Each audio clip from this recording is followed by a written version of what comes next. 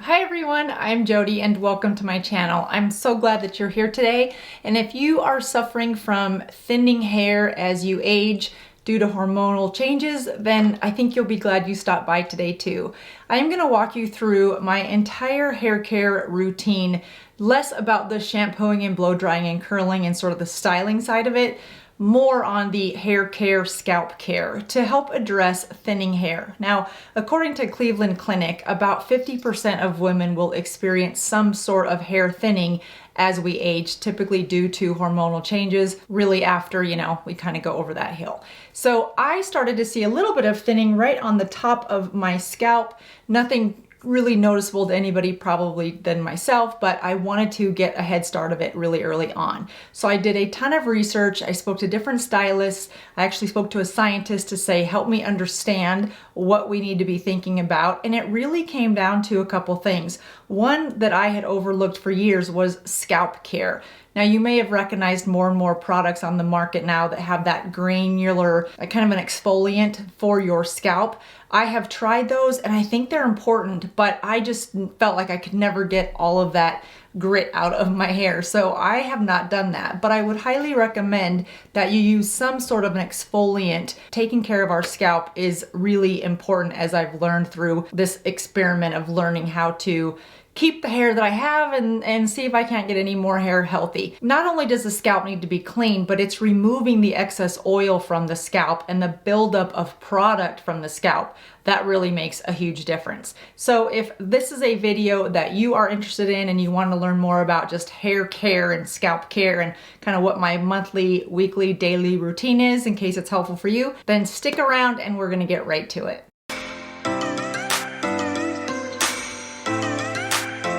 Okay, first things first, I do take a daily vitamin. Once I started recognizing that my hair started to feel more thin across the top, I did note, and I used to have thick hair, and I could always tell how thick my hair was because of my ponytail in the back. And I've noticed as of, I don't know, the last year and a half, that my ponytail doesn't feel nearly as thick. And that for me was just, I've got to fix it. I've got to fix it. That and then just making sure that I didn't lose more hair in the front. So I started taking this Viviscal Pro. Now I started taking this because of my mom, who is 75. She's had 3 different types of cancers and has survived them. And during breast cancer, when she started to have the treatments and lose her hair, they recommended to her Viviscal and then another product that I'll talk about in a second. And she was really impressed with how her hair started to grow back after her cancer treatments. So I started taking these about 2 months ago. And I have to say, I can definitely feel the thickness in my hair coming back. These are the professional strength.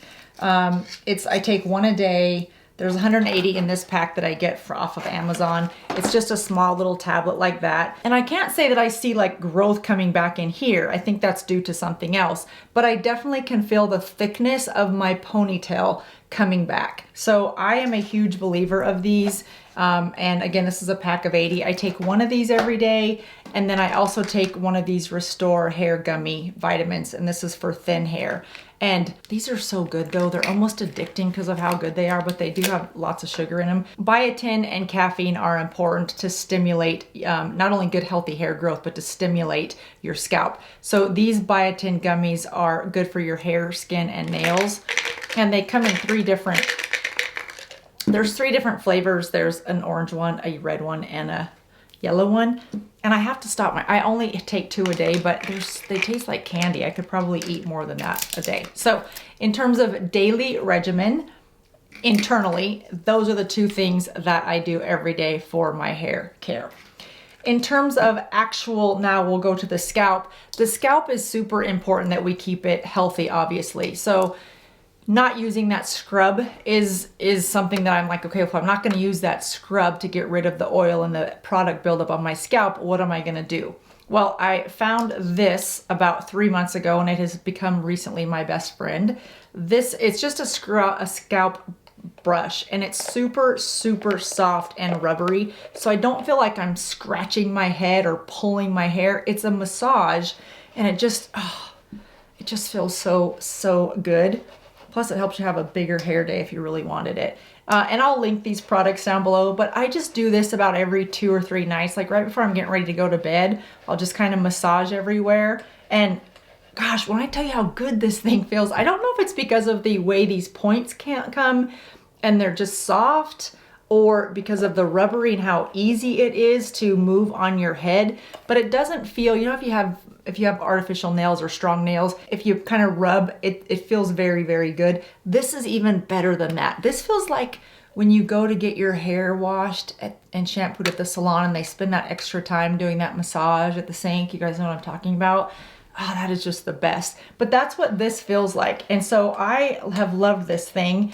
And I just keep it by my nightstand in a drawer. And yeah, like every 2 or 3 nights, I'll just kind of play with it. And then I will also pull it out if I'm having a flat hair day and I need bigger hair that day. So you can see how well that thing works. Love that. Beyond the massaging sensation and delightfulness that brings, I do feel like it does help remove the buildup of the products on my scalp, but also helps move circulation, which is critical to maintaining the hair that you have, helping prevent hair loss and hair thinning.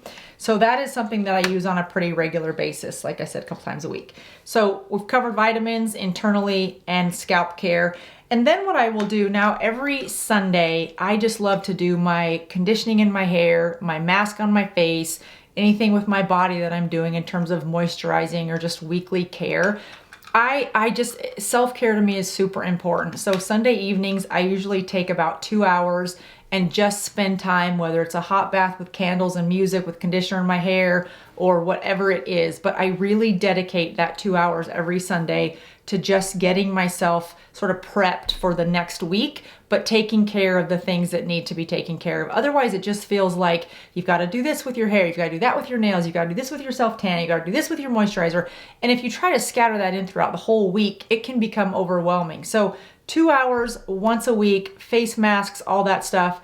I'm pretty selfish about that time. And luckily my husband, who's extremely, extremely supportive, is happy to just go, you know, find stuff to do while I just need that time. So while I do have those 2 hours on Sunday night, the first thing that I will do is add some moisturizing oil to my hair. And this bottle is so shiny, it's got oil all over it. But I take about a quarter of amount of this and I will put it in my hands and then rub it through about here down on my ends and just get them nice and oily.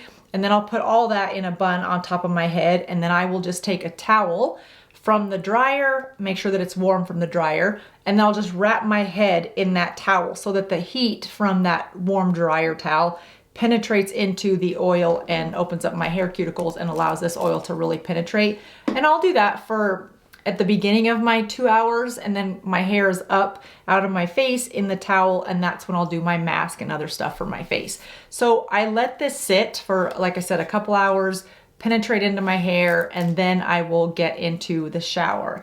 Now, a couple things to note. When I wash my hair every 2 or 3 days, depending on what activities I've done, I will use a dry shampoo very sparingly because I do think that dry shampoo adds to the buildup of your scalp. When I'm washing my hair throughout the week, I will use Kerastase, and I link all this stuff below. This is my go-to. I've used Kerastase for years and years and years.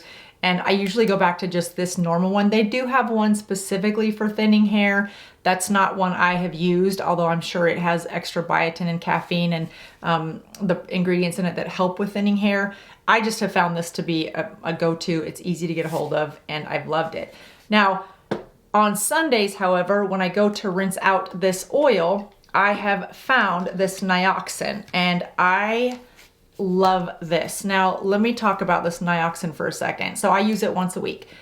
Niacin is the other product that when my mom was losing her hair, you know, breast cancer is difficult enough. And when you realize that parts of what make you feel confident in a woman will be removed, it's a scary thing. And then to think that you're gonna lose your hair on top of it. My mom was pretty, you know, rightfully so concerned about that. And the nurses told her, get a hold of Niacin. Now, Niacin does not market itself as a hair product to use during cancer treatments that it will help save your hair. They've never made that claim. This was just from one nurse to my mom, and so we got her some, and my mom lost very little of her hair during her cancer treatments for breast cancer. So I've always remembered that, and I always thought if I ever need something to help my hair from thinning or falling out, I'm going to go to this Niacin. Now, so much has changed. That was probably 25 years ago when she went through that. Now, when you go to the website or you go to Ulta, wherever you would purchase Niacin, they have 6 different systems that you can choose from depending on, and this is not sponsored by Niacin. I just realized I probably sound like I'm sponsoring it. I'm not. I just know what it did for my mom's confidence during her breast cancer treatments. And I want to share this so that if anybody hears this and needs this message right now, I hope this makes you feel better. Niacin now, fast forward 25 years, has these systems. So if you have slightly thinning hair, but color treated, you want a certain system. If you have chemically treated hair with normal to light thinning, for example, you'd want system number 5. If you have color treated hair with light to normal thinning, you're gonna want system number 3. If you have thin to normal hair with progressive thinning, then you're gonna want system number 2. So these different systems allow you to identify what really is happening with your unique situation and pick one of these systems. I picked up system number 4 because I have just normal progressive thinning going through, some of those things in life, and I lighten my hair. So this was the one that was best for me. And I do feel like, I feel like it's thicker around the scalp, if that makes sense. I don't know how to say that other than to say, I do feel my ponytail is thicker, but I think that's because of the Viviscal tablets. I think that the Niacin has just made my scalp look less like there's gaps in it, does that make sense? And I can't say that's actually causing new hair to grow, but when I look at my scalp, I don't feel like there are patches or bigger spacing in between each hair follicle. Yeah, I think that would be the most honest way to express that. So I'm gonna stick with this. Hopefully it keeps my hair as it is and I don't lose, unusual amounts. We lose on average 80 strands of hair a day, so that's not unusual. If you're losing more than that, of course, and you're seeing unhealthy patches, then you definitely wanna go see a doctor and a dermatologist and get to the bottom of it, just make sure everything's okay. So we're just talking today about normal hair loss as we age. Then after I finish in the shower and I towel dry my hair, on Sundays, I have been reaching for my Microneedle. Now I think that this is the 1.5. I've talked about this before for my face, and I swear by this. I'm not recommending anybody else do it. I am not a trained professional, but I have used this on my face for years and I definitely see the results. So I will link that video if you'd like to see how I use it right up here. I have been using this on my scalp, paying special attention to this area because that's what I can see, and that's where I felt like I was getting more thin because I noticed that I felt a little thinner on the sides, and those sides are starting from up here. So that's where I really wanted to address, just to make sure that the sides stayed really nice, healthy, and thick. So I started using this and just rollering just on my scalp in the same pattern that I would my face, this way, and then diagonally, to make sure that I've covered everything. Now it does hurt a little because I am, poking holes into my skin, but I'm allowing that collagen to grow, but I'm also causing slight trauma to that area. Just like the results on my face, I think this has been a big help. Now, some people have done that and then they'll, rub Rogaine or some other hair stimulating formula on their scalp. I haven't done that just because I don't know, the idea of poking holes and then adding stuff on top of it on my hair freaks me out, but I do that to my face all the time, so it's probably exactly the same. So if you guys do this and add something on top of it once you've penetrated the area, I'm curious to know what you've used and if that's worked. So leave me a comment if you would below. I'm just would love to see what your thoughts are. I don't know why that scares me. It's my face. I do the same thing on my face. Anyway, so this has been a big, I think this has been a big help. So I am happy with where my hair is today. I'm happy with the sort of the slowing down of the perceived thinning in my own mind. And I will stick definitely with this routine. Now there are a ton of shampoos on the market for thinning hair. You just want to do a little bit of research to see what's in it to help it that keeps it from thinning even more. I'm a big believer in Niacin, so that's the one that I chose and wanted to share with you if you're looking for one, because I know it works and it's worked under some pretty extreme circumstances. So that does it for me. That is my scalp and hair care. And I have also done a video on how I style my hair and all that, and I will link that at the end of this video if you're interested in that, because again, that wasn't this video. But I think from vitamins to massaging the scalp to really keep it, vigorated and blood circulating, and then some good healthy care to your actual strands and your roots, and then the little scalp treatment, I'm feeling better about where my hair is today and where it will be in the long run. So I hope this was helpful in putting just some of those pieces together for you and maybe answering some questions or some gaps in your hair care routine that might be helpful. If you like this video and you know someone else that might be suffering from some hair loss as they age through hormonal changes, please feel free to forward this video on to them so that they can benefit from it as well. And always leave me comments if there's a product or routine that you found helpful that we can share in the community of women that are just trying to stay ahead of it all. Thanks so much for watching, everyone. Have a good rest of your day, and I will see you next time. Bye-bye.